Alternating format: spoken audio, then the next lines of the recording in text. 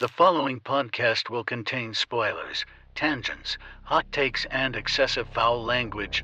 Viewer discretion is advised. Enjoy the show.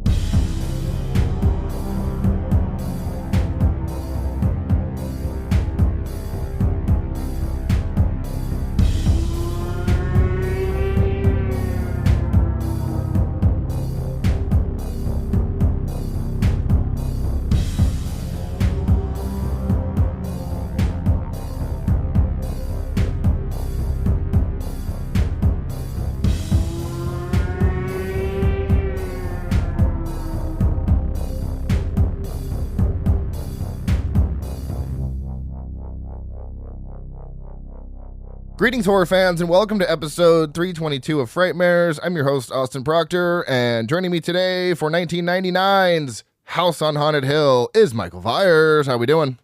I'm doing good. I feel like I told you in depth how I was doing before we were recording, so this is a very boring section of this episode. Wow. Right off the bat, people are already bored. How dare you? I know.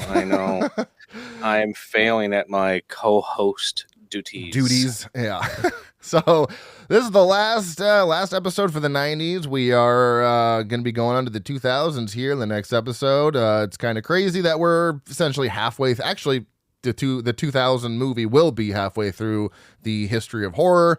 So, I mean, I don't know. My history with this movie is kind of weird. I have it rated one time from like 3 years ago in 2022, but I know I've seen it before because it's the movie that has the Hulk in it. Like, it's from that roller coaster is from Islands of Adventure in Orlando, which is, I live. I was thinking, like, what the fuck are you talking about, the Hulk? I didn't realize you meant a roller coaster. Yeah, the roller coaster is called the Incredible Hulk at Islands of Adventure. So I know I've seen this throughout my lifetime because very few horror movies, feature a roller coaster that I know. I think this one is pretty much it.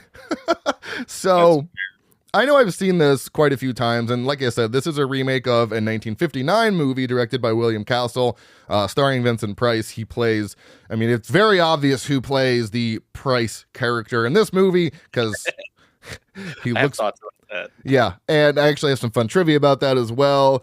But it's so funny, because I remember looking at the pictures, and I was like, Vincent Price was definitely not alive when this movie came out. And I was like, oh, it's Jeffrey Rush. Like, damn, he looks very, very similar at like a quick glance. So, my history is kind of boring. I remember really enjoying it the last time I watched it, and this time, really not so much. But that's what happens when you watch things with a more critical eye. Some things can lower, some things can be raised. Like, for example, Pet Sematary recently. Rewatched that, the original, and I rewatched it because I had it at a 2, and I was like, that feels really low for some reason. And I rewatched it, and I ended up bumping it to a 4. So that was a huge, swing. And that's just been happening recently, where I've been watching movies and I've either lowered the rating or raised the rating. I don't know what's going on lately, but clearly tastes have changed, which makes sense. Yeah, but we grow, right, as art consumers. I imagine, the first time someone saw Guernica, that Picasso painting. And people were like, what the fuck is this? 1 star. Fuck you, Picasso. And then later on, they're like, I kind of like those. No, those brush lines are pretty fucking dope. It's pretty good. I think I like this. So what is your history with this movie? Is this something you'd watched multiple times? Was this first time? What do we got here? My history with it is pretty short. I will say it was a milestone movie for me, though. Because this used to come on occasionally on, it was probably like HBO, Cinemax, some Showtime, one of those things. My dad used to steal cable, so we had all of those. Nice. Love it. And I feel like it was a movie that came on, and when I was young, because I would have been about 9 years old when this came out. I probably saw it 2000, 2001, so I was 10, 11 in that range by the time I hit cable. And I was really afraid of horror films when I was a kid. Mm-hmm. To the point that where you remember how AMC, they still do their big horror marathon, but they used to do a Halloween marathon, and I couldn't even watch the commercials. Oh man. So this movie felt like a monument, because I was able to watch this entire movie, and I white knuckled it the entire time, but it felt like a monumental movie to me at at a young age. I'm 10, just 11, kind of yeah. rambling now. Yeah. No, yeah, that's I love it. And yeah, I don't remember exactly the first time I saw it. Definitely wasn't that young. 13 Ghosts was one I saw at a clip of at a friend's house, and I was like, nope, too much for me. Yeah. So yeah, we will it was like this Ghost Ship. What's that? It was this and Ghost Ship that I saw around the same time. Yeah, and you're like, yeah, that opening, horrifying. So we will get to the review in just a few, but before we do that, we got to do this, and that is, what did Jason Hill make me watch? Jason this week made me watch something called Knocking on Death's Door from 1999. Two paranormal scientists attempt to document the spirits which reside at a hillside house. Funny comparison there to House on Haunted Hill. They track down the murderer of a little boy whose ghost is still alive. What they don't realize is that by discovering the murderer, they might be the next two humans to become ghosts. Bum, bum, bum. It's hilarious. There's a great driving scene through the country backroads that is a blatant Shining ripoff down to the score.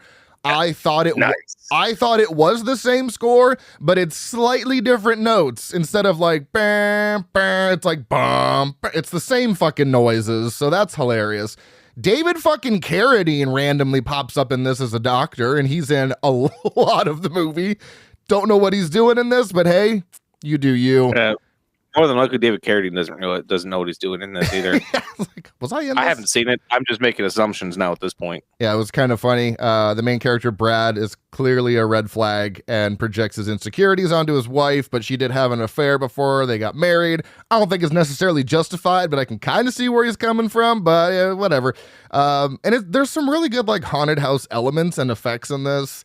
But it's weird because apparently the ghostly activity only happens when two people are about to fuck, which is very strange, but that does get explained. It's just very strange at first because you're like, okay, all right. This has no rating on Letterboxd. It does not have enough ratings to actually pump out. Really? Yeah, it has. Yeah, I gotta pull that up. Hold on, I'm curious. There is not enough ratings to actually give it a rating.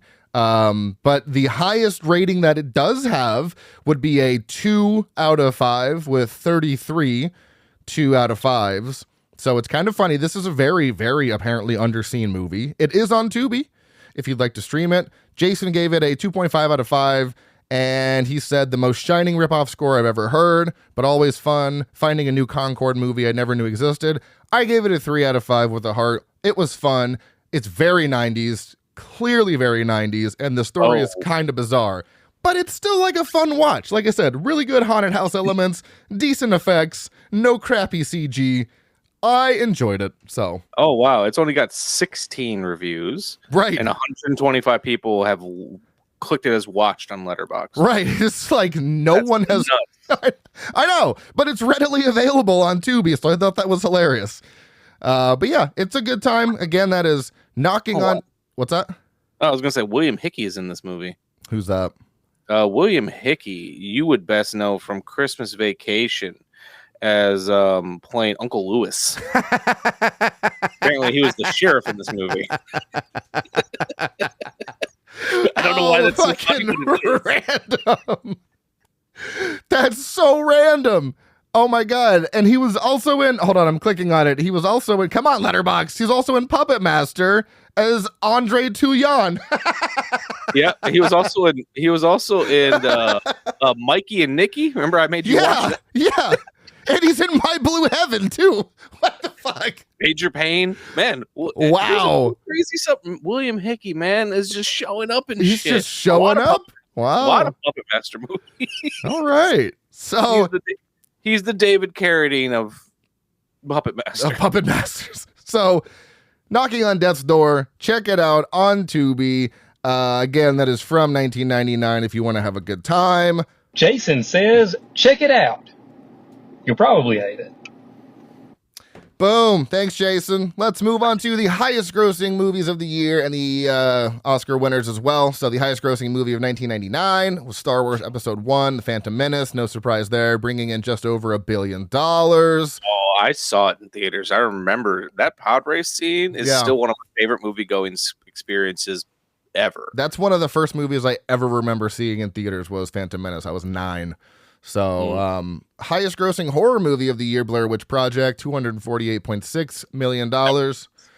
Again, no surprise there. This is the 72nd Academy Awards presented on Sunday, March 26, 2000. Honoring movies released in 1999. Best actor goes to Kevin Spacey for American Beauty. Actor in a supporting actor in a supporting role goes to Michael Caine for The Cider House Rules. Best actress goes to Hilary Swank for Boys Don't Cry. Actress in a supporting role, Angelina Jolie for Girl Interrupted. Cinematography goes to Conrad L. Hall for American Beauty. Director Sam Mendes, American Beauty. And Best Picture, American Beauty. Let me preface this by saying Kevin Spacey's gross. I don't like him. I don't support him. I didn't even want to watch this movie. And I was very, very satisfied when it wasn't streaming anywhere. And I was like, cool, because I'm not renting this. I'm just not. And then I was like, okay, it's got a 4.0. Let me see if I can find it. And I ended up finding it on like fucking...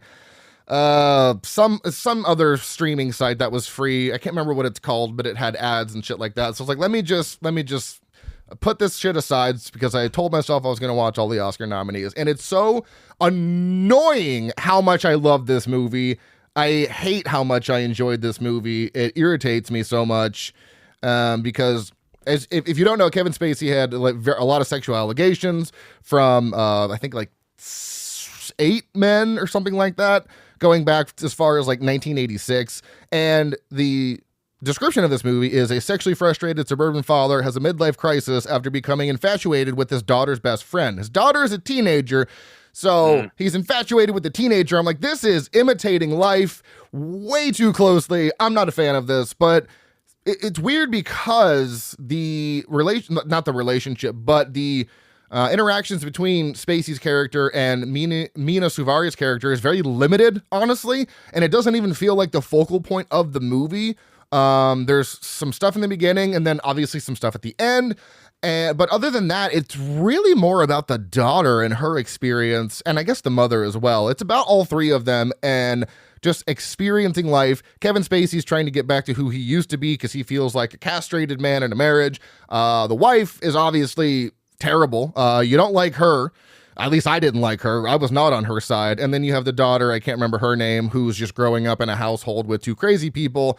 I'm trying to figure out who she is. And that's Thora Birch. She's been in a lot of stuff. The daughter? Most notably Hocus Pocus. Yeah. Oh, okay. Yeah, I didn't recognize her from much. She plays little Danny in Hocus Pocus. Okay. Wes Bentley, who plays like the guy she's interested in. That's the killer from P2. I know. So I was watching it and I was like, all right, I'm kind of enjoying this. And then I saw Wes Bentley and I was like, oh, I'm hanging around for this because I did not know he was in this. I also really do love Mina Suvari.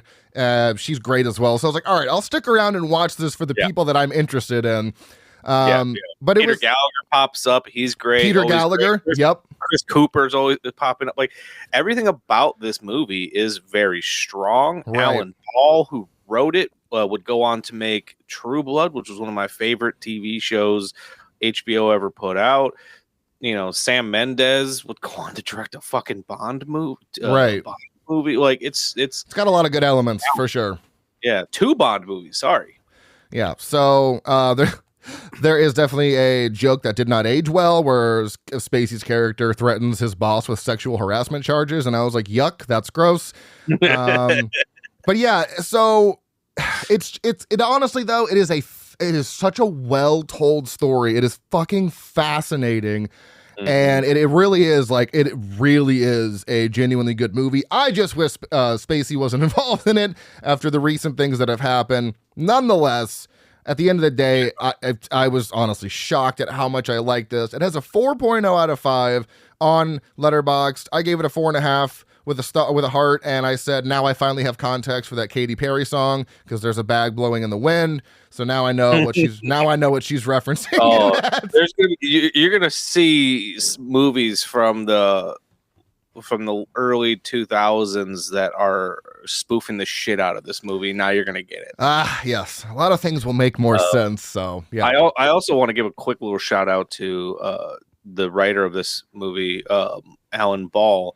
I saw an interview with him around the time that True Blood was coming on television, and this always struck me as like a really funny goalpost, where he was talking about is like he knew he had made it as a person in Hollywood once they made a triple X parody of one of his films. Oh my. So he has on his shelf the triple X parody of American Beauty, like a VHS tape of it on his along with his like other like awards. And I just thought I always thought that was the funniest goalpost. I'm like, oh, once they parody you in pornography, you've made it. You've made it. I mean, you're not wrong there. So yeah, it's not streaming anywhere. But I can't remember. Oh, Daily Media, Daily Motion. Maybe that's where I saw it. I don't know. Something. Or go to your local library. Yeah, or do that. So let's move on to the IMDb roundup here. House on Haunted Hill from 1999, released on October 29th of that year in the U.S. This is rated R for horror, violence, and gore, sexual images, and language. We've got mild sex and nudity, severe violence and gore, severe profanity, mild alcohol, drugs, and smoking, and severe frightening and intense scenes, coming in at an hour and 33 minutes, listed as a horror mystery thriller. Directed by William Malone, who also directed Fear.com. Written by Dick Beebe, who also wrote Book of Shadows, Blair Witch 2. We have composed by Don Davis, who also composed Warriors of Virtue. The Matrix. Oh my God. Yeah. I have not thought about Warriors of Virtue in a while. The Matrix 1 through 3, and everyone's favorite Valentine's Day horror, Valentine. Cinematography by Rick Bota, who also did the cinematography for Tales from the Crypt, Demon Knight, 23 episodes of Tales from the Crypt, and Valentine as well. Edited by Anthony Adler, who also edited 12 episodes of Tales from the Crypt, Hellraiser, Hellseeker, and Hellraiser, Hellworld, starring Jeffrey Rush as Stephen Price, who everyone should know as Captain Barbossa from the Pirates of the Caribbean franchise. He's done a lot of shit. We've got Famke Jensen, again, returning, because she was in the last episode in The Faculty, as Evelyn, who was also in the X-Men franchise as Jean Grey / Phoenix. Taye Diggs as Eddie, who is... Whatever happened to Taye Diggs? I was just talking about this. I don't know, but he's primarily a singer. He also was in Rent, though, as Benjamin Coffin III. Peter Gallagher, as we already mentioned, he was in American Beauty, but I know him from Mr. Deeds as Chuck Cedar, sorry. I love that that's your reference. That's my reference. Chris Kattan as Pritchett, who was also in A Night at the Roxbury as Doug Boo-Tabi. Ellie Larder as Sarah. She was in The Final Destination 1 and 2 as Clear Rivers.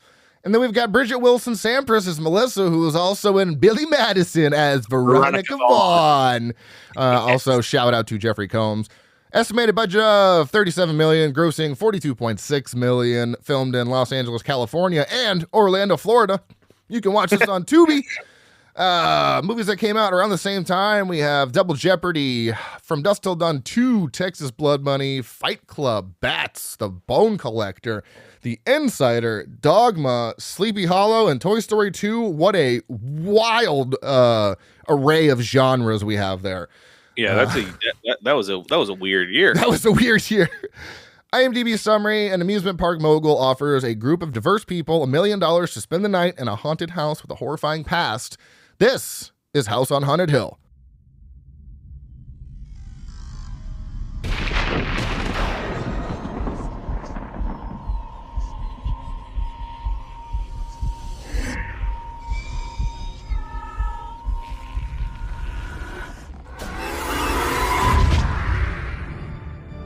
This Halloween, 6 strangers have been invited to a party.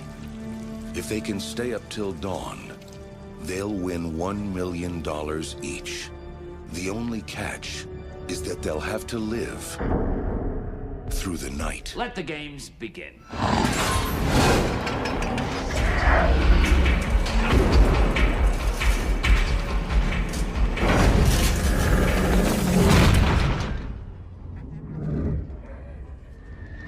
What's in there?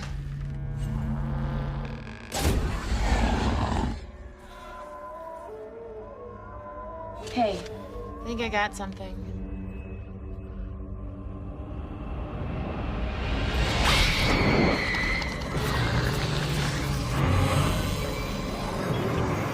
Open the door! Steven, are you doing this? No.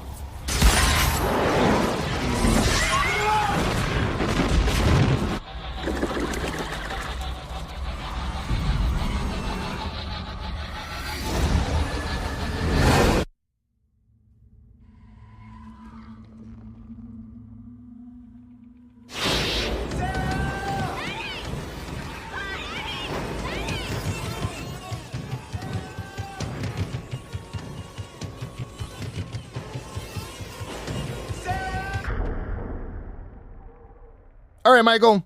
Overall thoughts. What do we got? So, general thoughts. I still like this movie. Okay. I think I like this movie a little bit more than actually, based on your rating. I do like this movie more than you. Okay. I still might end up lowering my rating a little bit, but I still like it. I don't know. This movie is dumb. It's fun. Jeffrey Rush is Jeffrey Rushing all over the place. Yes. I love Taye Diggs, man. He was always so affable and a lot of fun in movies. Like you had this. I think was he also in Dawn of the Dead? Taye Diggs? I thought he was. Oh no, I'm thinking of someone else. I don't know. Like I feel like Taye Diggs was like a big deal. Like I feel like he was doing a lot of really interesting things, or at least bigger movies. And then I don't know what happened to him. Yeah, he just fell the fuck off. Yeah.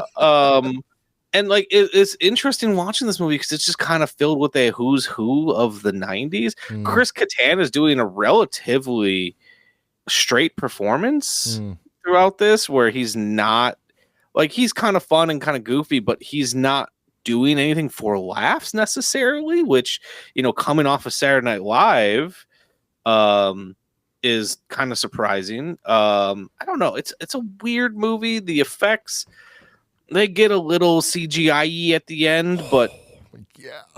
I also watched this on DVD, so it wasn't nearly as noticeable as I'm sure it was on high definition. It's so bad.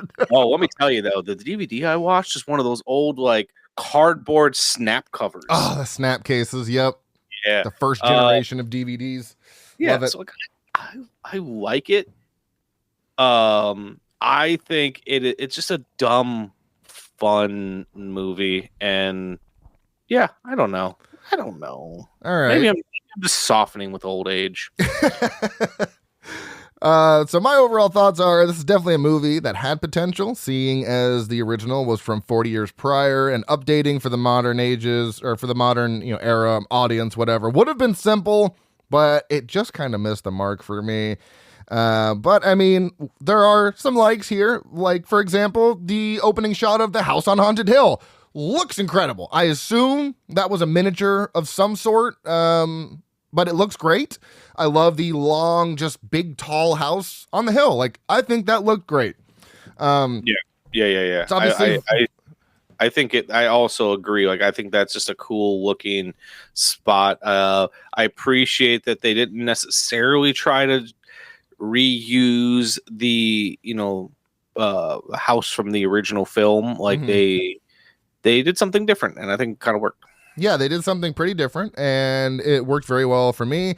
And I mean, I guess what I'm about to say next is technically a dislike, but it's kind of hard to place this because we have to talk about the opening 10-15 minutes because it is so fucking disjointed. And it's just all over the place. So you have this very jarring opening without context, where there's in the state asylum, people are breaking out, and you're like, I don't understand what's happening. And then a news report comes in and kind of fills you in on all of it. And then it cuts to Famke Janssen in the tub, and she's calling her husband, who's played by Jeffrey Rush, playing Mr. Price. And he's, at Islands of Adventure, which just always throws me off because I'm like, this is too weird to just see you right out in front of the Incredible Hulk roller coaster. And then I just love that that. Like, I would have never have known. Yeah, it's right in my backyard. So I saw that. I'm like, oh yeah, the Hulk's in this movie. So, and then he gets a guest list from his wife. He shreds it. Then he makes a new list, but then the computer erases that list and fills out with other people. Like, there's so much shit going on in this movie. I feel like they are just bouncing around all over the place. And then by the time you finally get to the house, you're like, okay, but like, what happened with the computer? You don't get that answer until like the end of the movie when they're like, it was the house doing it. And I'm like, how does the house know how to use internet? What do you mean? It like infiltrated the internet connection. All of this shit happened in 1931 when internet wasn't even a thought. Like, what's happening here? So well, I imagine the house is learning, Austin.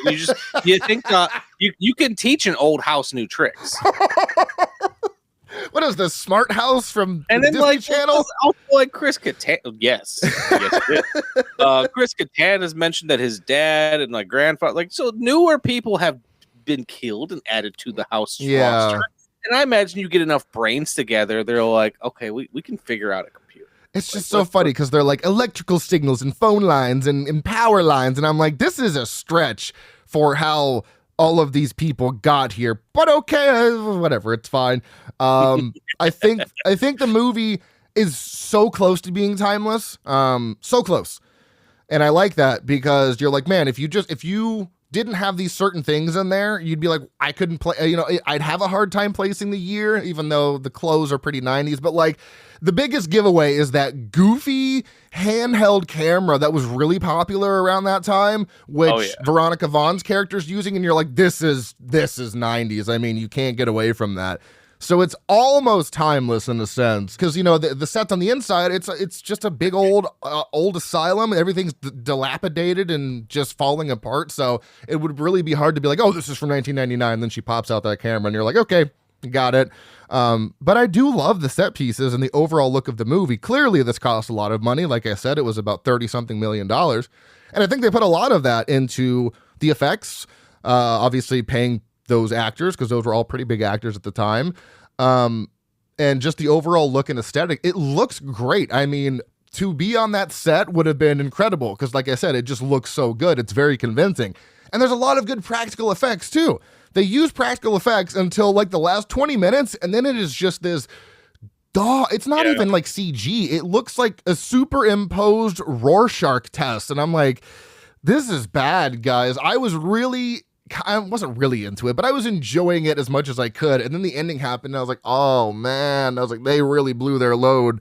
I guess, man. I also weirdly appreciate the effects near the end of the film, only just because I try to remind myself that the way things look now is not the way that it was perceived back in the 90s. And they could have just easily just CGI'd that, and I'm sure there's some involved with it's from what I've come to understand, it's actually not CGI. It's not computer generated, right? So I also appreciate that it feels like they tried to do something weird and unique, and it doesn't hold up now, but I think it holds up better than the effects than something like 13 Ghosts. Oh, I highly disagree with that. Mm-hmm. I don't remember there being that much CG outside of the big spinning thing in the middle of the house. I mean, that was clearly some effects, but they had I could be thinking of The Haunt. Actually, I might be thinking. You're thinking of The Haunting. The Haunting looks terrible. It looks so bad, but at least with that one, I find some joy in just how bad it is. With this one, it's not that I was bored. It was just like nothing was really getting my attention.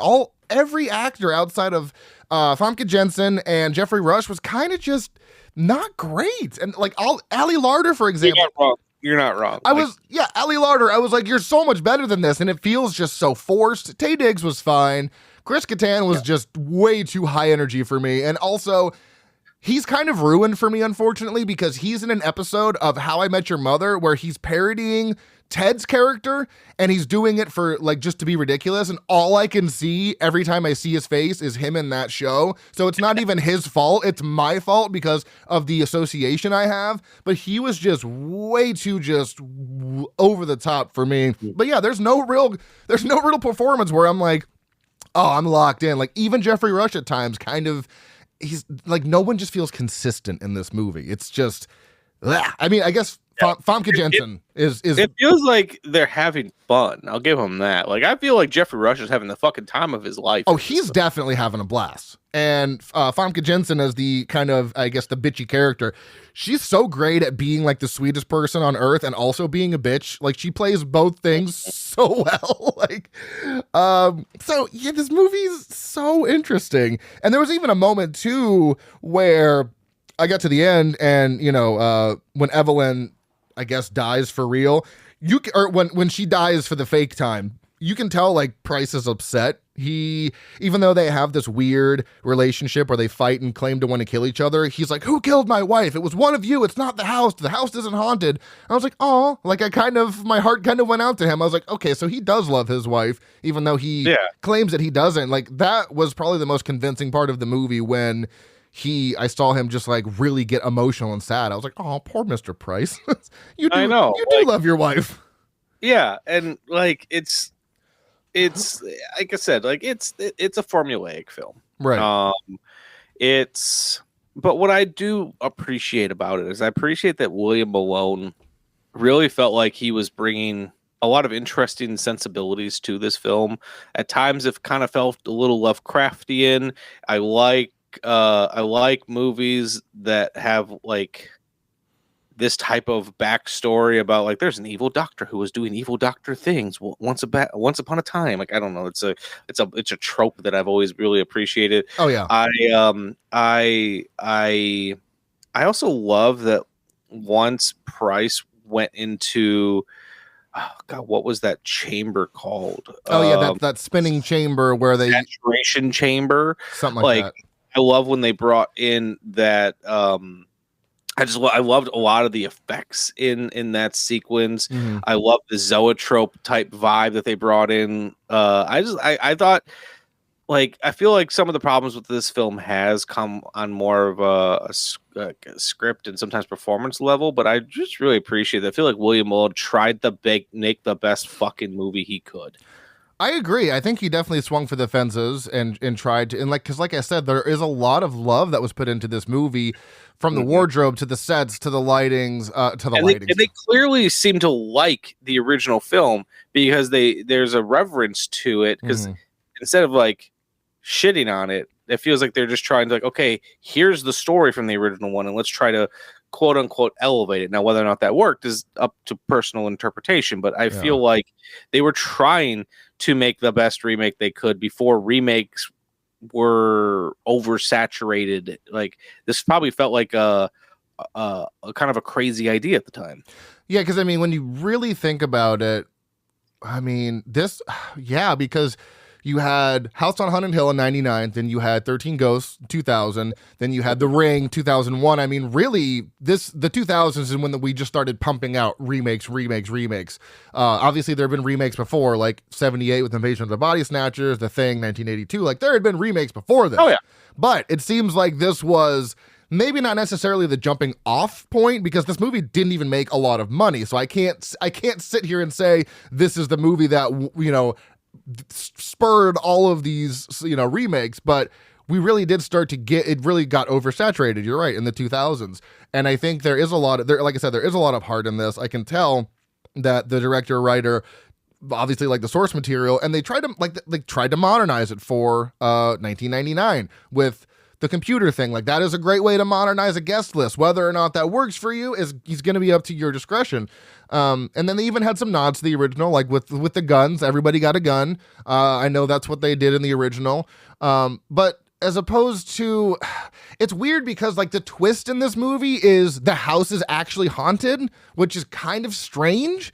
It kind of relies on you knowing the original film, right? Because spoiler for anyone who has not seen the original House on Haunted Hill, the ghosts aren't real. It is Vincent Price's character setting it all up, right? It's like a double cross type thing. Like his wife and him are in cahoots. Yeah, in cahoots, but also not, because the ending is him trying to scare his wife. It's a thing. Yeah. So it kind of relies on you knowing that twist, because the movie is pointing so heavily towards Stephen Price and the fact that he is also an amusement park owner, and so like the twist really relies on you knowing that. And like I always kind of liked the idea that the place is really haunted. I think it's a nice subversion to your expectations. But once again, if you didn't know that, like, granted, when I first saw this movie, I probably hadn't seen the original one, so like I was like, oh well, it's a ghost story. Clearly the original film must also be a ghost story, right? But for it to be a twist, it relies heavily on that.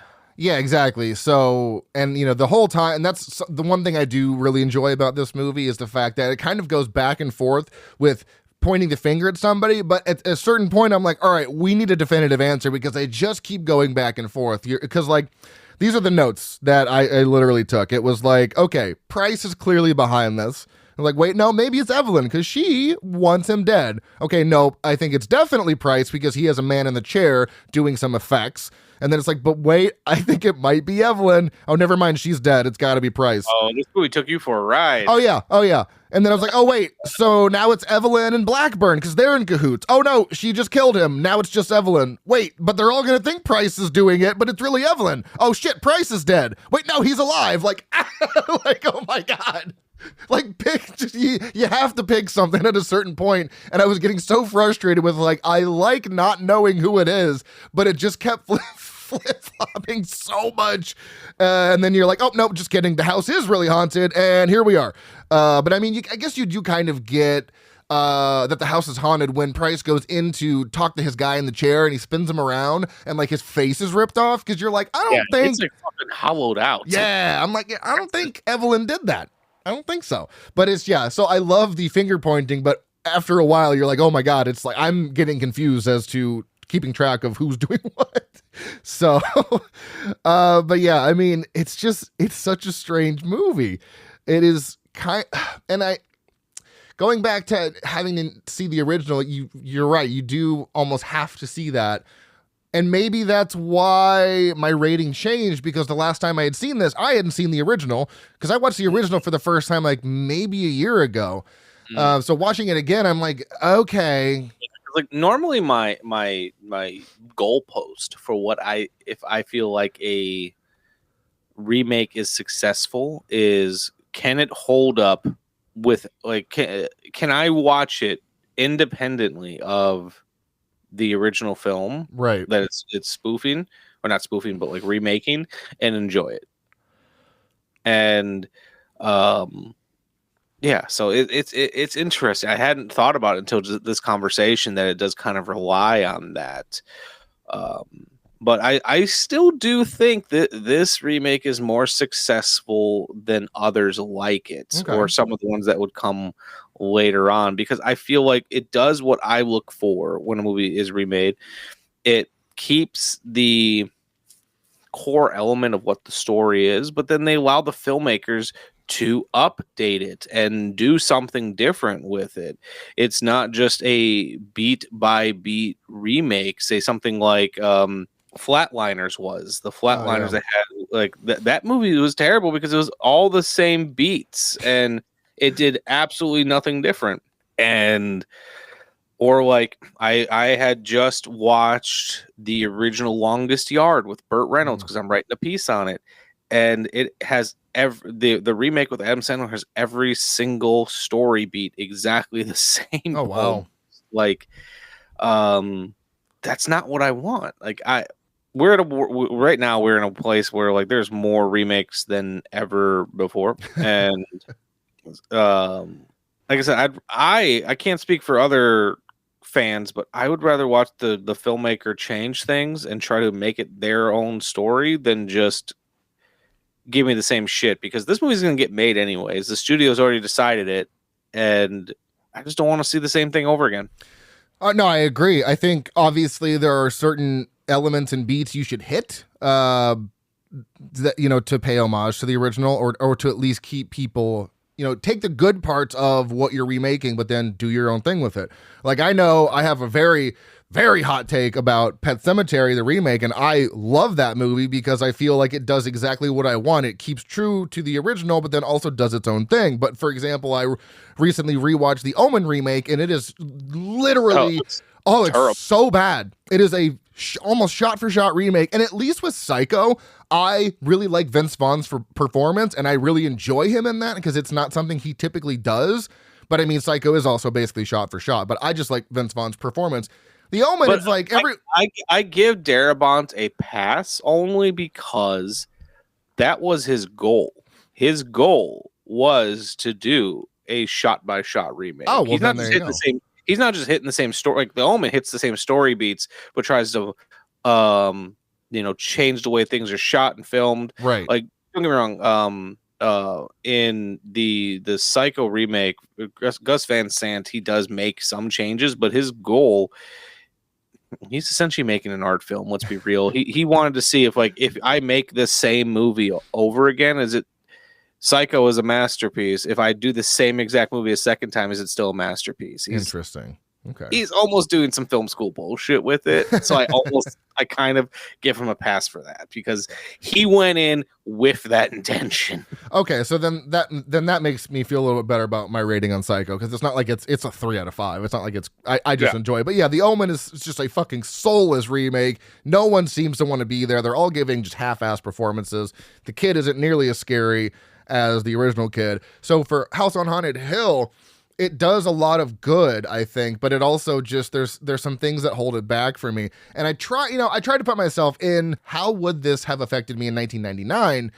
And I think it probably would have worked better for me then, but I also have to look at it, okay, well, how does this hold up from today's audience? And that CG at the end, I mean, there's no way for me to like that. It took me out so hardcore at the end. I was like, and it went on for so long. Like, I thought it was just going to be like 1 or 2 images. I mean, it's like 5 minutes of this creeping black Rorschach. But I also like the fact that like everyone's in the house. Everyone who's died is like in this certain part of the house.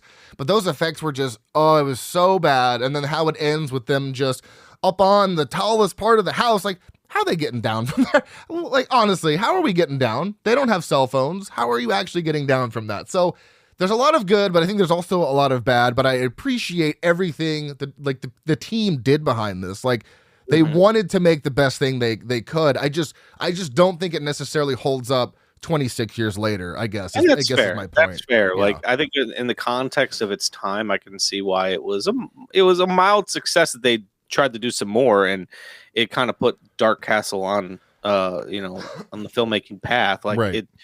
But yeah, like I like it. I don't love it, right? Exactly. So I still think it's extremely rewatchable. I have seen better movies that I have less inclination to rewatch. Does that make sense? Yeah, no, that makes like sometimes you'll see like a really great movie. It's like, that was great. I don't know how often I'm going to watch it though. My perfect example for that is Shawshank Redemption. Or sorry, not Shawshank Redemption. My God, Schindler's List. So sorry. Yeah, Schindler's List is a masterpiece. Yeah, you're like, well, that's not going to be something I'm going to want to revisit very often. No, absolutely not. Like, it's so good. A dark, stormy night. Like, I can see myself pulling out a house on Haunted Hill. I'm like, let's have some fun with Jeffrey Rush. Exactly. Yeah, exactly. So this does have a certain amount of rewatchability from it. I've kind of honestly gone over likes and dislikes, except for the dialogue. The dialogue was kind of strange. Like, my example was Sarah describes this big vat of blood as a bucket of blood the size of a Buick. That is a very odd frame of reference. Yeah, I commented on that when we were watching this. Like, one, I don't think that bucket of blood was as big as a Buick, and two, why a Buick? Why? Like, that's what I said. I was like, why a Buick? So I've kind of gone over likes and dislikes, and like also like the big bucket of blood. Granted, I know in my head canon that it's the house. The house made the bucket of blood appear, or even whatever. Right. But my first thought was like, how long has that blood been sitting there? Because like it wouldn't have that consistency anymore. I don't know. And then I was like, well, maybe it's maple syrup. Maybe Jeffrey Rush's character is Canadian. Yeah, getting dumped in that much blood, you just welcome to the world of hepatitis A through Z. Enjoy the rest of your life. Is there anything particularly with likes or dislikes that we didn't hit that you'd like to mention before we roll on with this? For likes, I already mentioned it, but I'm going to mention it again. I really like William Malone's freak out sequence within the saturation chamber that Stephen Price had. I like that K&B Effects did the makeup on this, but they also had a Dick Smith, iconic makeup artist who did like The Exorcist, The Godfather. He came on. This was his last film, and he did a little bit of makeup for the movie. Whether or not we feel like the results are good or not, I do appreciate that weird surrealistic effect near the end of the film was not computer generated. Yeah. It was probably done with overlays, and like, I appreciate that. Whether or not it works, that's a different question, but I appreciate that they found a way to do it without just let's just computer generate it, because it would have been way worse. Right. Yeah, it would have been somehow way worse. For dislikes, I couldn't tell you. Like, I like the cast because I just like other things that they've been in. Correct. But they're all pretty milquetoast in this movie. I couldn't tell you anything about any of these characters. Honestly, at one point I kept getting not the actors, but their characters. I kept getting Ali Larter's character and Bridget Willison's character mixed up. Same. And then since I had forgotten about the Peter Gallagher twist, at a certain point I was like, Peter Gallagher's just not doing anything in this movie. Why the fuck did they get Peter Gallagher in this movie? And then he was kind of a creepazoid, and then he died. I was like, oh, okay, there goes Peter Gallagher. All right. Fine. So like, it's fine. It's fine. Yeah, it's fine. Like I would say maybe for me it's a little bit more than it's fine. Like I actually kind of enjoy it. Weird movie for Robert Zemeckis to be a producer on. Yeah, like, a little bit. Throwing that out there, like that's weird. Along with Joel Silver, like that's a weird fucking group. Yeah. All right, so my hot take for this movie is Return to House on Haunted Hill is the superior movie, which is quite hot. Yeah, I was going to ask you about that. I did rewatch last night. Now, the story might be silly, but it's straightforward. There's no questions that I have about it. Far more blood and guts, way cooler kills. Because, I mean, you really don't get many on-screen deaths in this movie outside of Vincent or, Mr. Price getting shot. And then there's one other. Oh, and then fucking what's-his-face getting stabbed. And then Famke Janssen's fake death. Like, you don't really have many on-screen deaths. And Return to House on Haunted Hill, there's some really good practical blood and gore. Incredible sound design. It sounds fantastic. And everyone, while they the main villain is kind of cheesy a little bit, but everyone is really giving a good performance. And it has the final girl from the Friday the 13th remake from 2009 as the main character. And I love her. I don't see her in enough. So that's my hot take. I like the second one more. It is so much fucking fun. And no wonk. There's slight wonky effects at the end, but not as bad as this one. So do you have any sort of hot take for House on Haunted Hill? I do, but first I want to mention something. So I'm on the Wikipedia page right now for House on Haunted Hill, and I was when I saw Return to House on Haunted Hill, I just saw it on television. Okay, I think, or maybe I rented it because it was direct DVD. Yeah, there is an unrated cut, which is the one you'd want to watch with Return. But apparently, the Blu-ray for that film got praised because it had a state-of-the-art Blu-ray feature in which the viewer can change the path of the story. For House on Haunted Hill? Return to House on Haunted Hill. Oh. Which is fun. That's worth me looking for that Blu-ray. All right. Just because. It's been in my cart on eBay for a week. I'm just going to have to pull the trigger on that one and get it because that sounds awesome. Weird features are the reason I buy it. The Absolutely. only reason I want a DVD copy of House of a Thousand Corpses because I already have the Blu-rays. I want those interstitials with Captain Spaulding talking to you. That's fair. That's totally fair. But my hot take is partially about House on Haunted Hill, but then also just about films in general from the 90s, is I feel like, so those of you listening at home who are not familiar with me, I am a big audiovisual nerd. I have a very dialed-in home theater system, a 5.1.2 system, which is 5 main speakers, 1 subwoofer, 2 ceiling speakers, so Dolby Atmos. My hot take is I feel like movies at the early point of surround sound were more sonically interesting than some of the stuff they're putting out now. Because now surround sound has become a standard. Everyone's doing it. They're not more movies than ever are just using your front stage, which meaning your left, your right, and your center, and they just maybe will put some music bleed to the rear speakers.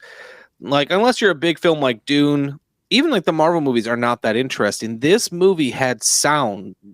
House on Haunted Hill had audio moving all around me in a way that I don't hear much anymore. And my thought process behind it is at this point, when the movie came out, discrete surround sound is a relatively new thing. What I mean by that is surround had been around since maybe a point in the 60s on 70 millimeter prints because they had what was called Dolby Stereo, which if theaters had proper equipment could expand the sound field from 2 speakers to a surround thing. Discrete surround is when you have specific channels and they can pinpoint audio to those specific channels. Jurassic Park was one of the first movies to ever do it. Okay. So, and that was like what, 94, 95, 93 in that range? 94, I think, yeah. 94. So if you think about House on Haunted Hill, 99, only a couple years later, sound designers are not overworked and like they are now, and they are actually playing around with the sonic experience much more than they are in a lot of films nowadays. I think the surround sound mix on House on Haunted Hill 1999 was better than I had just watched Captain America Brave New World, and I think House on Haunted Hill 1999 uses its surround sound speakers better than Captain America did. I agree with that because Marvel and Disney, they pump out so much shit that they're not taking the time that they need to make the audio sound good. That's a reason why the Saw movies for me are so good beyond the story, is that they have some of the greatest surround sound. I think the mid 2000s was like a peak time for surround sound because a lot of movies from that time period have incredible sound, at least in my, like, all those Saw movies up to Saw 7 have just such great sound design. So I could agree with you on that. So this movie, a Dolby Digital 5.1 mix, sounded better than an Atmos? A Dolby Atmos mix that was just made. So heck, I've got some VHS tapes that sound better than some new movies. Just saying. Yeah, and I mean, even Return, great use of the space and great use of the speakers. I was like, wow, this sounds incredible. So that's my hot take. All right, cool. Hooked moment for me is there is an incredibly creepy and smart scare that I think works very well when Melissa's going around with her camera. She comes across a room where Dr. Vanicut is used to operate, and she can see the doctor and the staff through her camera, but when she lowers it, they're not there. And then they all just like stop what they're doing and look at her, and like literal chills. Like I was like, ooh, I don't like that at all. So that was when I was like, all right, I'm enjoying this. So what about you? Hooked moment for you? I was pretty hooked from the beginning. Like, I love the way this movie begins in the hospital, and then how it becomes like the old timey serial on television, and then the Marilyn Manson song kicking in. But I also really liked when they all got to the house on Haunted Hill, and they're being led up by the hearse, and they get out, and they're like asking Chris Kattan, like, "What's going on?" And he goes, "Let's just get to the house." Like but then like the lights turn on in the house, and like on the exterior of the house, and it's just you kind of get a good look of it, and like I was like, I just like the setup of this. Okay. Perfect. So Lost for me is the very loose connection that they made when everyone is invited, and how or why these 5 people were invited, because they are related to the 5 original survivors in 1931. But again, how does the internet, how does the building use internet? I guess every one of the survivors got married and had boys to carry on the last name, because if any of them had girls and those girls got married, they wouldn't have the same last name. So I was like, this is a very weak connection in my opinion. And I was like, I'm kind of out. I'm like, I don't know. Yeah, they tried to push that. It like, I get what they did. Right. Totally understand. Yeah, but you're like, you think like, about it, and you're like, a haunted house movie. This is the part I have the hardest time suspending my disbelief. Right. Yeah, like everyone's heritage got pushed on. Like, and I also appreciate that Taye Diggs has his almost throwaway line. It was like, "I was adopted." Yeah. I love that line. It's like, okay, got it. Do you have a moment that loses you at any time in the film? I guess for me it would be when Ali Larter and Taye Diggs are walking around in the basement, and like Taye Diggs is like, "You're not some executive," and then like Ali Larter has to give her like whole like info dump backstory about how she's in the systems. Like, I don't care. Yeah, she's the only, like, none of those details play any relevance. Right. They don't make it. Her being a studio, even if she was to say a studio executive, plays no relevance. Her and her like trying to like work her way up the ladder. Like I know, I'm sure the screenwriter added in because these characters probably on the page, and I'm not saying this in a negative way because I struggle. Anyone who's written a script knows that sometimes it's hard to bring life to a character and not just have it be a name on a page. So they're probably trying to add some some backstory just to set them apart a little bit.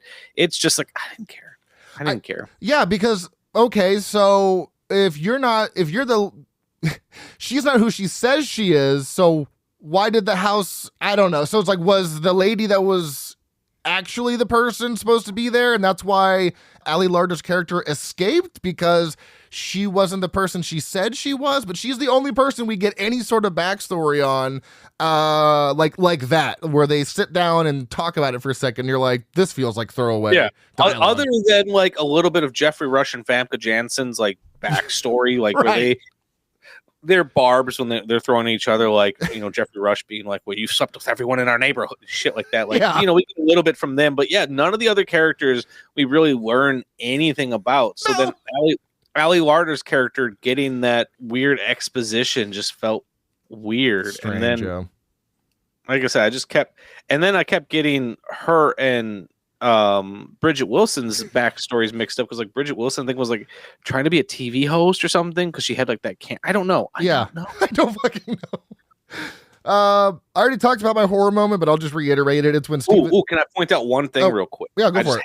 I don't know where this is going to fit in, so I have to mention. Sure. I was thinking about that little dumb camera. Yeah. And I have a feeling it was product placement. I feel like that's why it was thrown in. Probably. But my I think I want to, whenever I'm on, I want to start adding, if it's relevant, my favorite moment of product placement in a movie. Okay. Yeah. My favorite piece of product placement in this movie, Austin, is when we first are introduced to the security guy who's watching the cameras within the house. Yeah. And like the camera's like moving over his desk. Go back and rewatch that. And he has like Blockbuster tapes. Mm-hmm. The Blockbuster logo never goes out of focus. It's digitally put on the screen. Oh yeah, it's digitally added. Yeah. And I just love that. Like Blockbuster's like, no, you can't. We are not going out of focus. And I that's my favorite piece. Oh, I like that. Okay, I might have to what is it? Product placement. Product placement for this movie. I think I'll add that to the lineup here. I like that. Like I said, it's not going to work in every single movie, but it could. Yeah, it could. But like when you find them, it's fun. So, all right, I'm going to add that to the. I didn't know where else to mention that, so I had to throw that in. No, I like that. I'm going to add that. So yeah. So horror moment I've already mentioned, but I'll just reiterate real quick. It's when Steven goes to talk to his guy in the chair, and when he turns the guy around, his entire face is ripped off. Like I was like, oh, audibly was like, hey, that's creepy as fuck. That's a good one. What about you?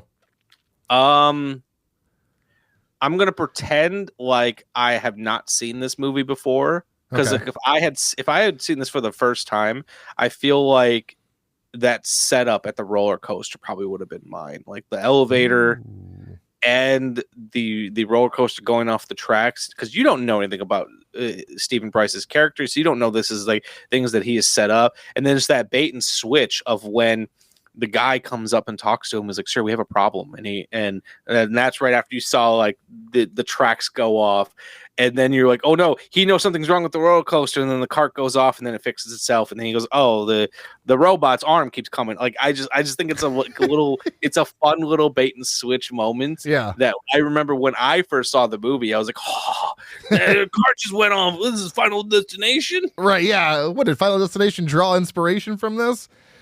There's not enough kills for me to have a favorite kill. They all pretty much happen off screen, so I don't have one. Like I guess Blackburn. I don't know, but I also didn't want him to die. Because I liked Peter Gallagher. Yeah, it's like Peter Gallagher. He finally just started to cook in this movie, and then they killed him. I'm like dead. Alrighty then. Did you happen to have one? Not really. Favorite character for me is Dr. Vannicut. Anytime Jeffrey Combs is in a movie, he's gonna be my favorite character, even though he's not utilized enough. He's utilized far more in the sequel, and I love that. But I gotta go Jeffrey Combs, because that's my dude right there. What about you? I don't want to choose the same thing, because I'd probably also would say Jeffrey Combs. That's okay. But I'll throw another. I actually like Chris Kattan in this movie. Okay. He is over the top, but I feel like if he was doing one of his comedy roles, he would have been way more so. Like I feel like Chris Kattan joined this movie and like he's like, let's see if I can add some of this to my acting reel. All right. You know, because like he did this in between Night at the Roxbury and Monkey Bone. Oh yeah, that's interesting movie to do in between those. Yeah, so like maybe I'm wrong, but it just kind of felt like I have a shtick, but let's like, and people have seen me on this stuff, but like, let's see, can I try to get some more jobs off of my role in House on the Haunted Hill? All right. And God damn it, Chris Kattan, I appreciate you for trying. Yeah, he definitely. Yeah, he is definitely the most animated person on film or on screen. Yeah, and yet this is still subdued for him. Yeah, oh yeah, definitely. Still a lot lower key than normal. Anything else you wanted to mention before we wrap up here? Only thing I got is when we first when we see Jeffrey Combs' character like walking through the house and Stephen Price sees him on the camera and he does that creepy like head thing. Mm-hmm. I said to Amanda, like, that's how it feels when you sneeze. That's all I got. Perfect place to end it. Let's move on to the post-review stuff. Taglines. Evil loves to party. If you're in... That's a terrible tagline. Terrible. If you're in, you may not want to get out. It's going to be a long night. And are you dying to be rich? So, got it. The last one was probably the best of them. Yeah. So this is the fun fact I had about Jeffrey Rush playing Mr. Price is that, trivia, by the way, Jeffrey Rush was never actually meant to look like Vincent Price. The original screenplay described Stephen Price as a regular-looking businessman. Rush didn't care for this, so he suggested that his character look like the film director John Waters. The director... Oh, that's great. Right. The director agreed to test this out, but after the transformation, he ended up looking so much more like Vincent Price, the director decided to keep the look. So I'm like, that is fucking awesome. I love that was like the Vincent Price of it was not the point. That's really funny. Right. Yeah, it wasn't. It wasn't. It was also weird, like hear Jeffrey Rush talking and his voice to be tonally the same, but without an accent. Right. I agree. Because then going because like I didn't finish it last night. I'm going to finish it today, but I started watching Pirates of the Caribbean 1 yesterday. Nice. Probably just time for a rewatch of the franchise. Mm-hmm. And it's just like, oh, it's the Jeffrey Rush that I'm familiar with. Right. He's going to eat a whole bushel of apples. William Malone got the idea to set the movie in a former insane asylum when he was filming an episode of Tales from the Crypt 1989 in a former asylum and noticed that the crew members were running scared out of the basement, not wanting to film there. And a spinning saw blade was held up in front of the camera lens to achieve the fluttering look to the hallucinatory sequences experienced in the saturation chamber. Hey, you got the name right. Very nice. Let's see here. Oh, no goofs. I could find that were fun.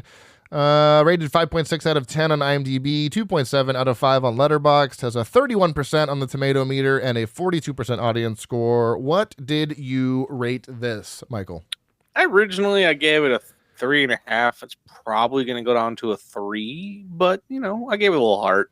Yeah, because this is what happens when you talk about movies sometimes. So I had it at a 2. I'm going to give it a 2.5 because I do feel like there's a lot of good, but I feel there's an equal amount of bad at the same time. So I'll give it a 2.5. Similar movies according to Letterboxd, we have The Haunting, Session 9, 13 Ghosts, 2001, 1408, and Grave Encounters. And similar movies according to IMDb, we have Return to House on Haunted Hill, 13 Ghosts, 2001, House on Haunted Hill, the original Ghost Ship, and The Haunting. I think I have 5 reviews from. I've got at least 3, but I can look for others. No, 3 is good. Sometimes It's about the quality, not the quantity. So I'll go first, and then you can pepper in between me. So 2 stars from Ely. Allie Larder puts like 10 bullets in a guy, and Tay Digg just walks up to her and says, "It's all cool, baby girl," as he escorts her away. And I'm like kind of obsessed with that. All right, this is 3.5 stars from Scream Queen. Famke Janssen can plot my murder anytime. Oh, fucking hard agree with that. 5 stars from Ivy Nelson. This is the best fucking movie I've ever seen. I don't know about that, but hey, if it works for you, it works, right? All right, this one, no rating, but from Jake Isgar. Come for the LA occult weirdness. Stay for Chris Kattan's multiple Eddie Deason-esque freakouts. 2 stars from Brian Tallarico. The setup, especially Russell's performance, is better than you remember. The ending is worse. This is 3 stars from Gregory Taylor. The ghost of Chris Kattan will haunt my dreams and infest my soul. Yeah, you look pretty goofy in that. I only have 4. Here we go. 2.5 from Barbieist. Almost fun. And then I got one more. I found one more. Oh, okay. This is 3.5 by Sean Dillon. Which aged worse, the CGI barf ending or the use of Marilyn Manson songs? It's Manson. Fuck that guy. But the CGI hard ending didn't age well either. I like most of the rest of the movie, though. And they used that song twice, once at the beginning and then once at the end. I was like, oh my God. Hey, they paid for that song. They're going to get that's fair. Use out of it. All right, Michael, where can everybody find you on the social meds? All right. So pretty much at this, you can find me on every form of social media. I'm either Michael_Vyers or Shameless Picture Show. You can find me on TikTok, where I talk about aspect ratios more than anyone else on that platform. And do physical media reviews. You can find me on Letterboxd, Vyers10 2008, Instagram, and then you can also find me on the Cinepunks Network, where you can listen to my podcast, The Shameless Picture Show, which Austin is our fearless editor on, because well, let me tell you, I have sent him some curveballs in terms of shit he has to cut out, and he has always made them work. It's a lot of fun editing that show. You can follow us on Facebook, Instagram, TikTok, and /our app at frightmarespodcast, or email stayspooky@outlook.com. You can also follow me personally on Letterboxd at Dr. Proctor.